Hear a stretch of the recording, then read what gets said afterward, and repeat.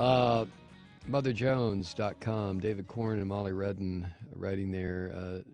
If you want to see what David Brat is all about. What is interesting is that Brat is a professor at Randolph-Macon College in Central Virginia. So is his Democratic opponent, Stevens. I don't even know what his opponent's name is.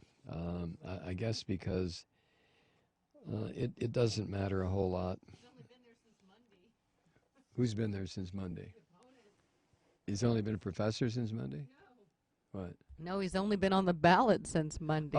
They weren't even floating a candidate because they were so sure Cantor was going to be in there. The Democratic Party had to scramble to find somebody, and they just grabbed this guy and said, "There you are."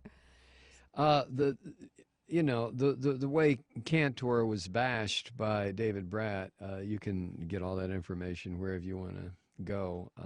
The blood sport that is political advertising is really sickening. I mean, literally, it can make me start to get the gag reflex. So I'm not going to get into all that. But according to David Corn and Molly Redden, a quick review of this other guy, David Brat's public statements, will show you he's about as neo-fascist, they say, as Tea Party as he can be. I say neo-fascist. He endorses slashing Social Security payouts to seniors by 2/3. Okay, you folks in Virginia. He wants to dissolve the IRS. I've had my disagreements with the IRS, but let me ask you something. Does he suggest how the infrastructure, the military, because these right-wingers love the military as long as they don't have to serve, how anything that the country does is to be paid for? Does he want to have bake sales, this dumbass? He wants to sell cookies and Kool-Aid, maybe? Anyway, he's called for drastic cuts to education funding. You know why? Here's his reason, quote, "My hero Socrates trained Plato on a rock. How much did that cost?" This guy's a real genius, isn't he? "So the greatest minds in history," he goes on, "became the greatest minds in history without spending a lot of money." Now, what kind of a half-assed statement is that? I'm sure to his 18-year-old students that sounds profound. Ooh, yeah. But to anyone over the age of 18, that sounds like the kind of childish gibberish that it is. His hero, Socrates. Now, this guy's a professor of economics, right?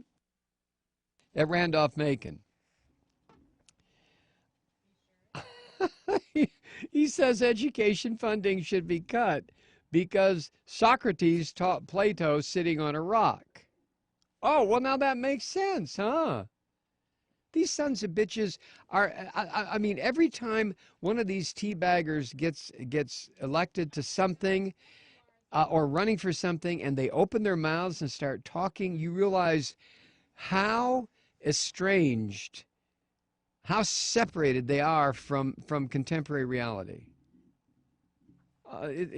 And I can't help but wonder about the how many people did I say, the 35,000 people that voted for this freak, assuming there wasn't a Democratic Party conspiracy to get him to knock off Cantor.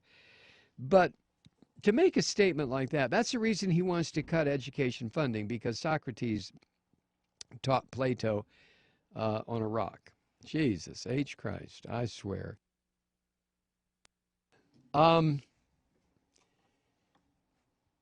Brat also has frequently repeated the conservative canard that is so tiresome that Freddie Mac and Fannie Mae brought down the housing market by handling the vast majority of subprime mortgages.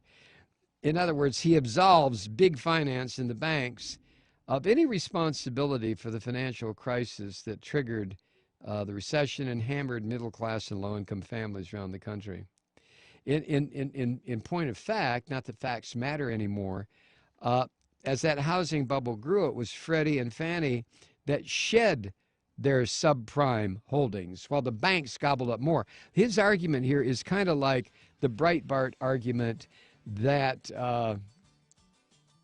that it was Acorn who brought about the financial crisis because they lobbied for loans for poor people. These son of a bitches are totally insane. I mean, completely. If I had a student, I would never send a student to Randolph-Macon College anyway. It's a religious college. But if I had a student at Randolph-Macon and I knew what this guy advocated, how quickly do you think it would take me to withdraw?